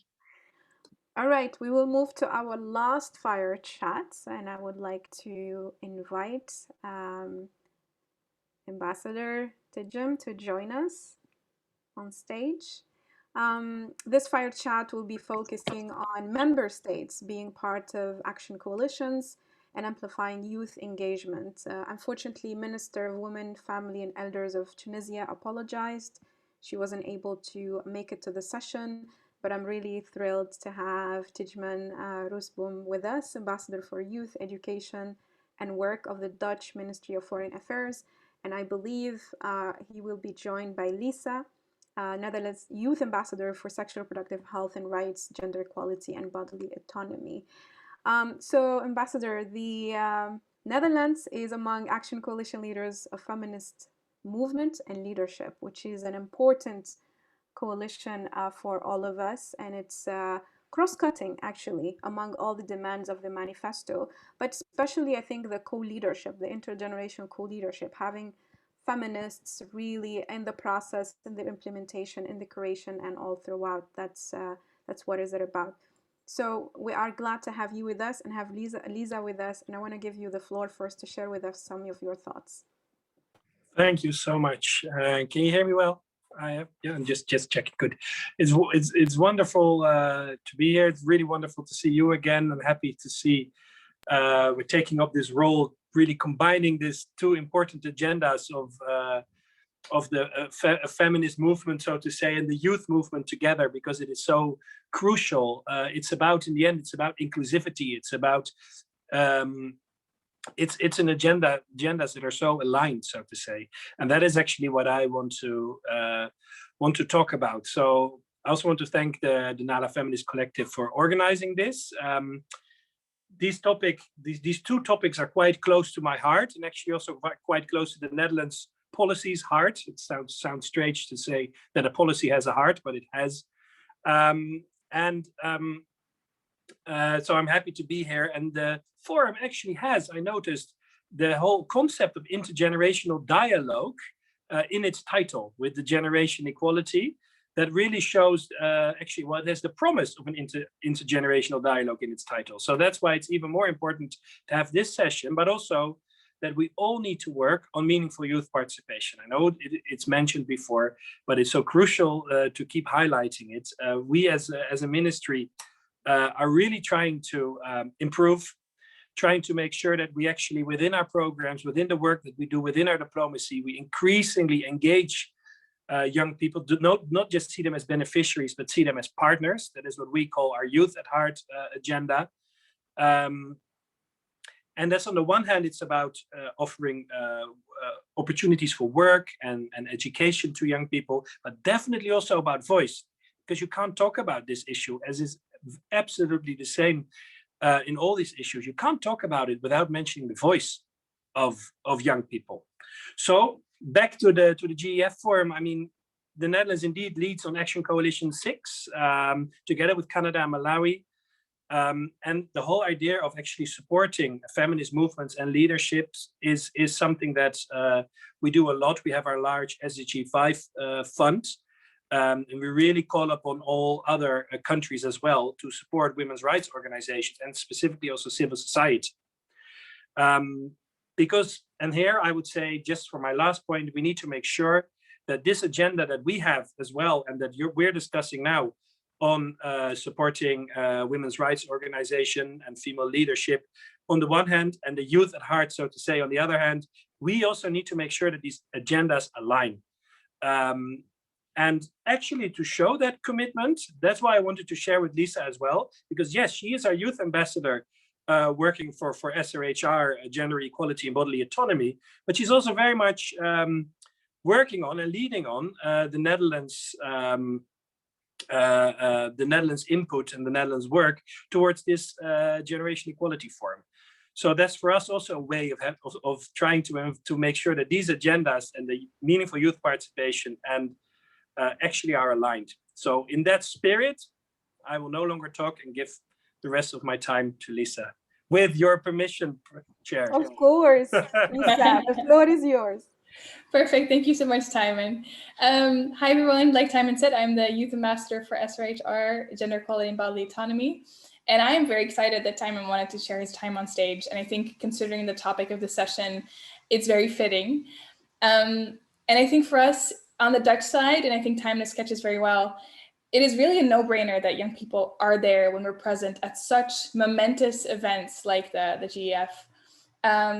And I think to showcase that, this year, for example, was the first year and the first time actually that the Netherlands had youth representation on its delegation to the CSW, the Commission on the Status of Women, in the form of me actually as youth ambassador. And that's something that we're wanting to keep extending to other commissions as well, and really make sure that those delegations have a broad representation. And also, you know, not only when we go there and we're at these events, but actually in every single step of preparation that there are young people in those delegations, and really looking there and seeing what the process should look like.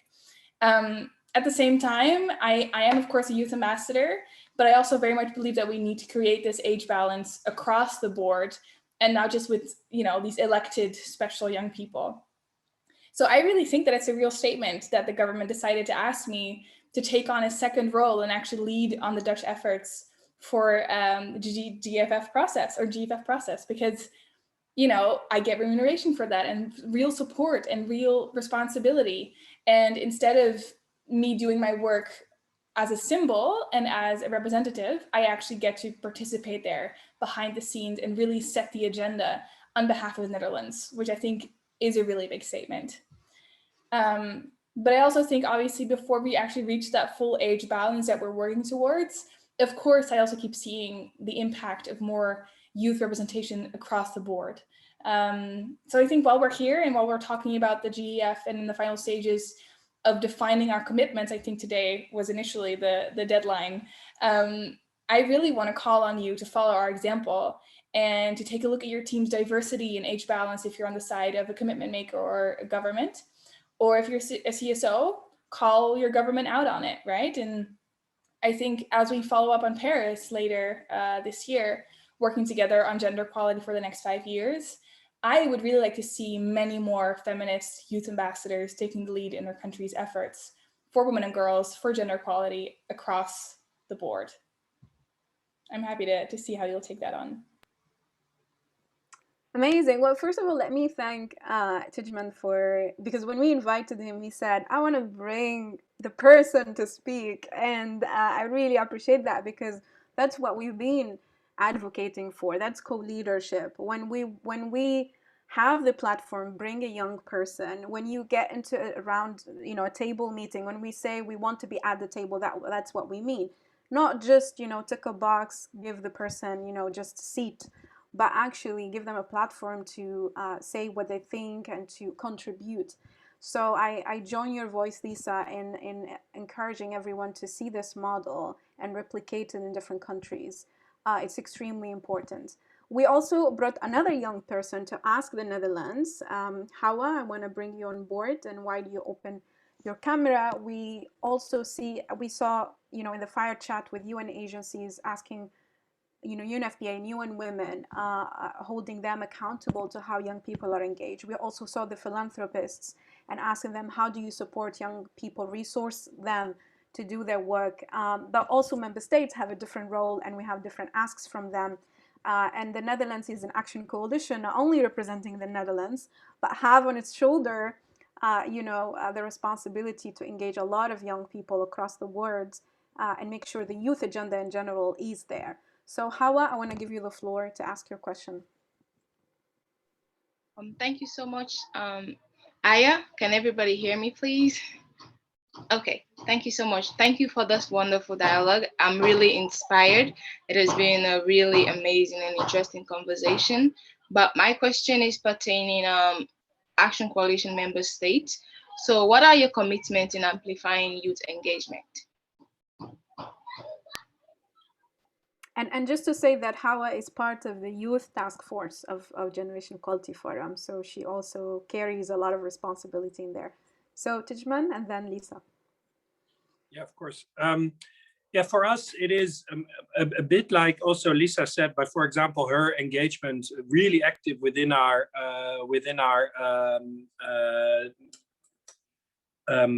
the preparation, but also in the, well, I forgot the word that happens on a Friday afternoon. The group of people that's actually really going to the forum, we really, delegation, thank you. We really try to actively have youth engagement in there. And I do have to say that, like when I said that the agendas should align, I am not saying that these agendas are 100% aligning. The agenda where we really work on meaningful youth participation within a lot of our programs, and actually quite some of the programs that we work on within this SDG 5 fund that I explained, really also focus on young women. So that is a way to actually make sure that it's also, that it's empowering the voice of young women. The way that we are preparing this forum and we're trying to have this dialogue is another way.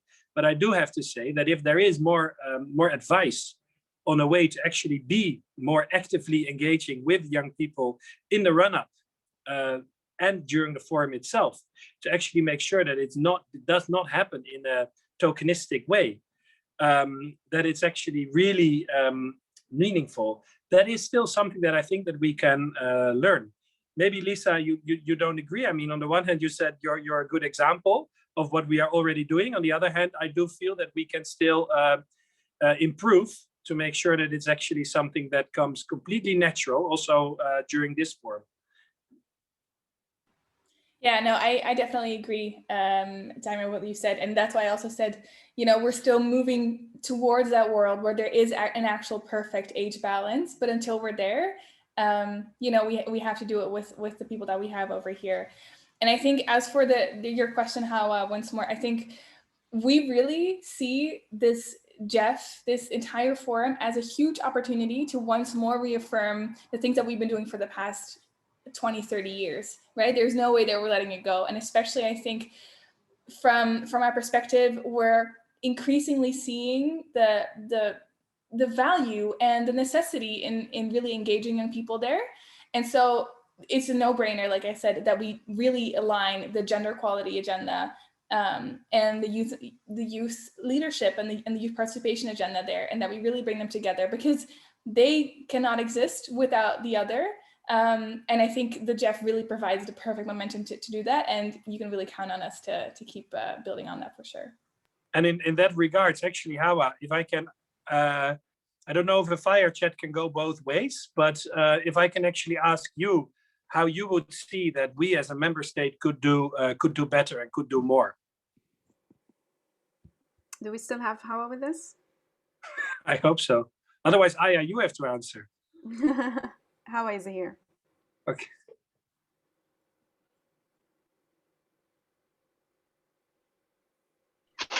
Oh, thank you so much. Thank you so much for that question. So one of the things that I really might want to see is you guys to involve more youth, because for me, one of the things that is missing is actually having youth in decision-making processes. I don't know for other countries, but for Sierra Leone, it is very difficult for you to see young people involved in any decision-making processes. So if I want to see commitment from us or from you guys, is you have to involve young people in whatever decision that you're making that is affecting young people. So you have to involve young people in the center of that decision making. So yeah, thank you. Thank you so much, Hawa, and I join my voice to yours. It's again co-leadership. Young people should not be invited to the closing ceremony, but should be part of the whole process. And I think the Youth Task Force, which you are part of, tried to do exactly that and have youth part of all these meetings and shaping and challenging and disrupting. And you've been doing really well, doing that. So we're proud of you and your colleagues at the Youth Task Force. A final question to you, actually to Lisa, and then you can add to it, is now that you have, or you kind of mandated to be, representative, what do you plan for the young people, whether in the Netherlands or whether partnerships with other young people across the world in Africa?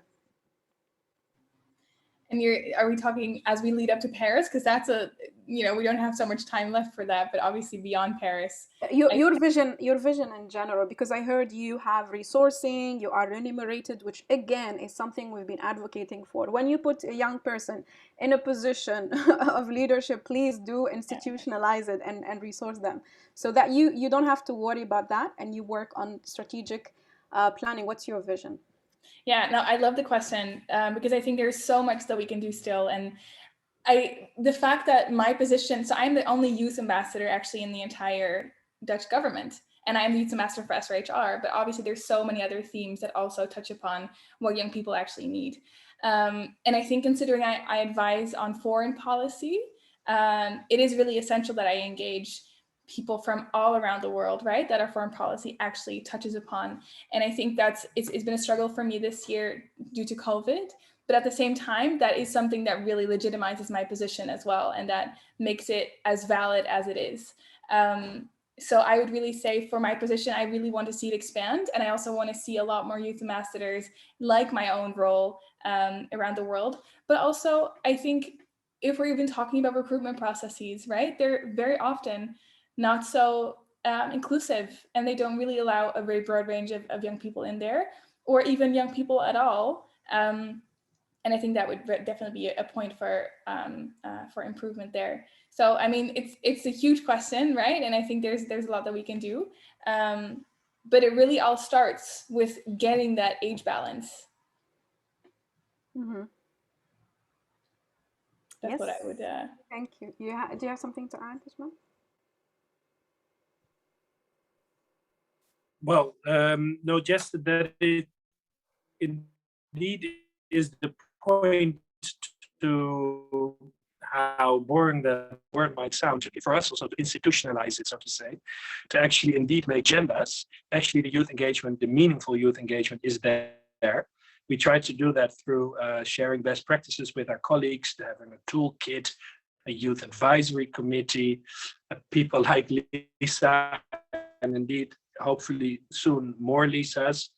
Actually, my position as an ambassador trying to create all these things, but all of these discussions which are not only directly youth issues, so to say, because everything, of course, affects young people. So to make sure, and that is an ambitious agenda, but one that we try to achieve with Youth at Heart as well. Yes, it could, SRHR is clearly an issue where we need to engage young people, as is, for example, work and education.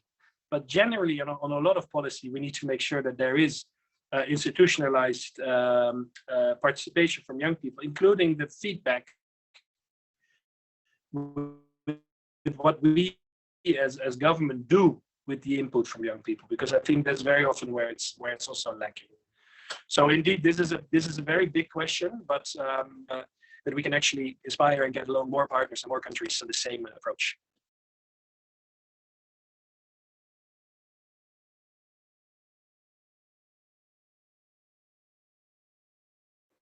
Yeah, I think my connection was lost for a bit.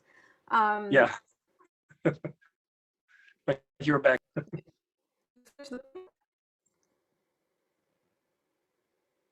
I didn't hear the last bit.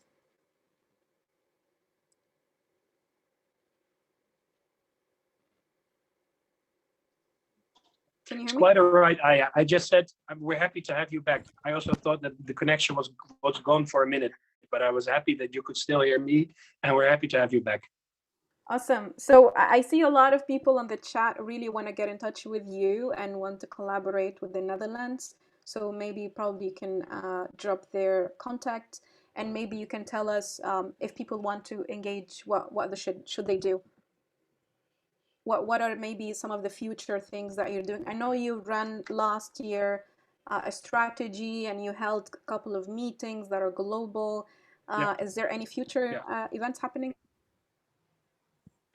Well, yeah, there are, in the sense of no longer a large international conference, at least not for the coming month. You know, I also need my sleep, but it is continuing as an agenda. So I see that Lisa already shared our details. So do get in touch with us. I mean, one thing that will definitely come along is actually when we will start working on recruiting actually our youth advisory committee, which will reasonably soon do. So if you drop us a line, then at least we know that you could be interested. I know that the European Union is actually did the same thing with the youth sounding board. So I would advise people who are interested in this also to look into that, because they are, you know, this is part of a bigger movement. We're happy to be perhaps one of the countries who are trying to jointly push this agenda, but we really see it's happening in more places.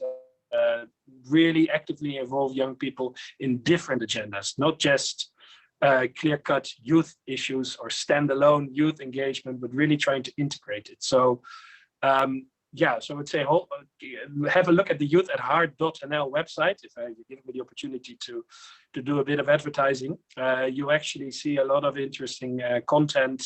You can look back some of the things that we already did, and you can see when we are able to launch the advisory committee. Amazing. Thank you so much for both of you for being here. Thank you, Hawa, for asking your question. And with this fire chat, we head towards the closing of our intergenerational dialogue today. Thank you to our partners and our supporters.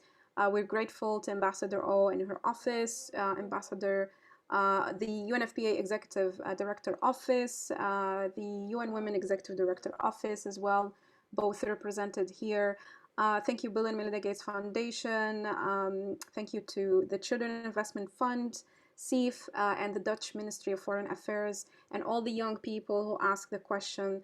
As we are heading towards Generation Equality Forum, I'd like to remind you that the upcoming opportunities we have as Nala Feminist Collective is the press conference next Wednesday, and we promise you there will be a French translation. We apologize that today we weren't able to provide the French translation. But join us on Wednesday, 2 p.m. GMT. You will find the link on the chat or on Facebook or in any Nalafem social media. You will have there 17 amazing young women who will be talking about the African Young Women Beijing Plus 25 Manifesto and the 10,000 signatures. We will unveil finally those 10,000 signatures. You will also be able to see on our social media a high-level side event that we are organizing and hosting on the margin of Generation Equality Forum in Paris. The event will be virtual, and it will be the 1st of July to discuss Africa Young Women United for the Decade of Action. We will have in the event Filson, Minister of Women, Youth and Gender of Ethiopia, Emma, the Deputy Minister of Information, Communication, Technology of Namibia, and Vanessa, the climate activist from Uganda. The three of them are council members of NALA. Another event will be on 1st of July, also as part of GEF that we will be participating in. Our campaign coordinator, Sotfa Daaji, will be presenting the manifesto. So join all these opportunities and more. Follow Nalafem on social media. And most importantly, do whatever you can for gender equality, whether it's a small action that you can do on social media, digitally participating, sharing, lending your voice, or more importantly, something you can do in your community, pushing boundaries, being yourself, getting yourself out there, challenging the status quo, getting into positions of leadership in government, in civil society, in entrepreneurship, everywhere. We have to massively occupy everywhere as young people. It's our time and it's our future at stake. So thank you again for being here, and we hope to see you in future NALA events. Bye.